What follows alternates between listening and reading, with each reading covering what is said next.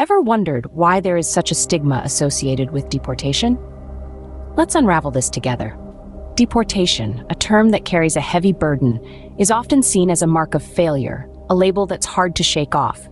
In societies across the globe, it's cloaked in shame, almost like a scarlet letter that's etched into the very soul of those who undergo it. This societal view, this stigma, doesn't just disappear when the deportee sets foot back on home soil. Instead, it becomes a part of their identity, gnawing at their self-esteem, casting a long shadow over their mental health. The challenge of reintegration becomes a steep mountain to climb, not just materially, but psychologically too. The journey back is often not a triumphant homecoming, but a walk of shame. Now, imagine returning to a place where you have nothing left. Meet Hassan, a young man who experienced this firsthand after being deported from Libya. Hassan, like many young Africans, was caught in the crossfires of hope and despair. His story is one of courage, loss, and the heavy price of dreams. He embarked on a perilous journey, attempting to cross the Mediterranean in search of a better life in Europe. His vessel, however, was not a luxurious cruise liner with sun-kissed decks and cocktails. It was a rickety, overcrowded boat filled with souls yearning for a future that seemed just a horizon away. But the Mediterranean is not just a body of water, it's a graveyard for dreams. Hassan soon discovered this harsh reality. His boat was intercepted, and he was deported back to his native land. He returned not to the warm embrace of a welcome home, but to the cold shoulder of stigma and shame. And then, there was his family. The very people who were supposed to be his safe haven were the ones who insisted he try again. They had seen the news, they knew the dangers, yet they pushed him towards the treacherous waters. They had lost a neighbor to the Mediterranean's cruel waves, yet they were willing to risk losing Hassan in the same way. Their dreams of prosperity clouded their judgment, blinding them to the potential cost, their son's life. This relentless pressure weighed heavily on Hassan. He started to question the very essence of their love. Was it genuine or was it conditional? Did they love him as their son or as their ticket to a better life? These questions gnawed at his mind, creating a chasm between him and his family. In the end, Hassan made the difficult decision to sever ties. He chose to protect his life and his sanity over appeasing his family's dangerous ambitions. His story is a stark reminder of the emotional turmoil many deported Africans face, torn between their desire for a better life and the pressure from those they hold dear. The pressure from his family led Hassan to question their love and ultimately sever ties. What does life look like after deportation? For many, it's starting from scratch. Imagine having to build your entire life again, but this time without the resources or support you once had. This is the reality for many individuals who face deportation.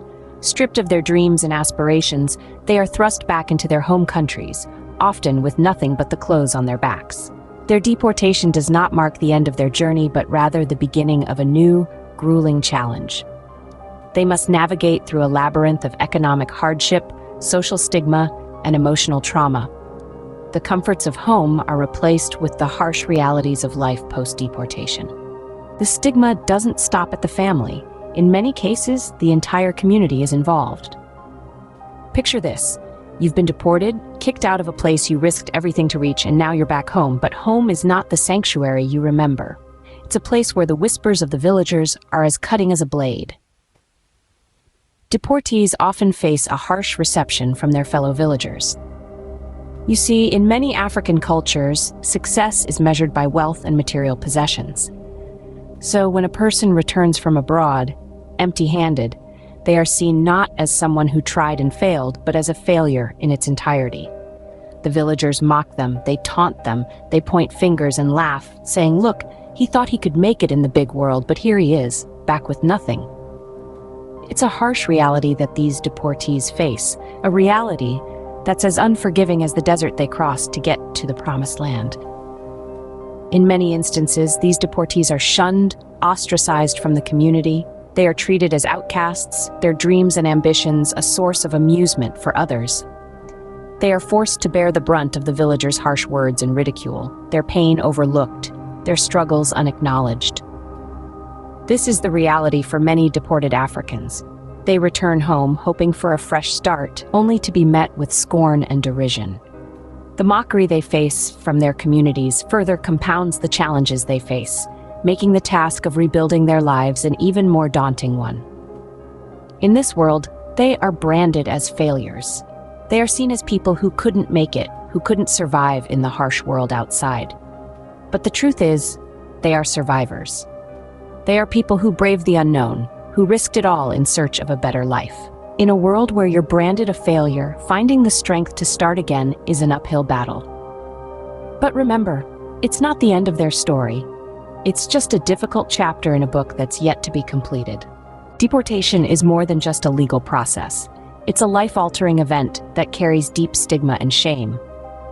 In this journey, we've delved into the stories of those who've experienced deportation firsthand. We've seen the societal views, the struggles faced by deportees upon return, and the lack of support and resources available to them. Let's take a moment to recap and really understand the reality of deportation. We started with the stigma, the heavy burden of shame carried by those who are deported, fueled by societal perceptions. We met Hassan, a young man whose dreams of crossing the Mediterranean were shattered by deportation. His family, blinded by the allure of potential prosperity, urged him to risk his life again. In his story, we saw the desperation and the disconnect that can emerge, even among loved ones. Next, we moved on to life after deportation. It isn't a simple return to normalcy. For many, like Hassan, it's starting from scratch, with nothing but the clothes on their back and the stigma of their failed journey. The harsh reality is that they return to a life that's often worse than the one they left. So, how can we change the narrative around deportation and provide support for those affected? This is where our collective effort comes in. We need to challenge the stigma associated with deportation, the shame, and the humiliation that follows. It's about time we lend our voices to this cause, urging for better support systems for deportees. Imagine being cast out, only to find yourself in a place you once called home, now a foreign land. The lack of support and understanding only adds salt to the wound. So, let's advocate for these individuals, promoting empathy and understanding. Let's create a world where people like Hassan aren't doubted by their loved ones, but are supported in their journey to start anew. We can start by engaging in conversations, raising awareness about the hardships faced by deportees. Change starts with understanding. Let's challenge the stigma around deportation and support those who are trying to rebuild their lives.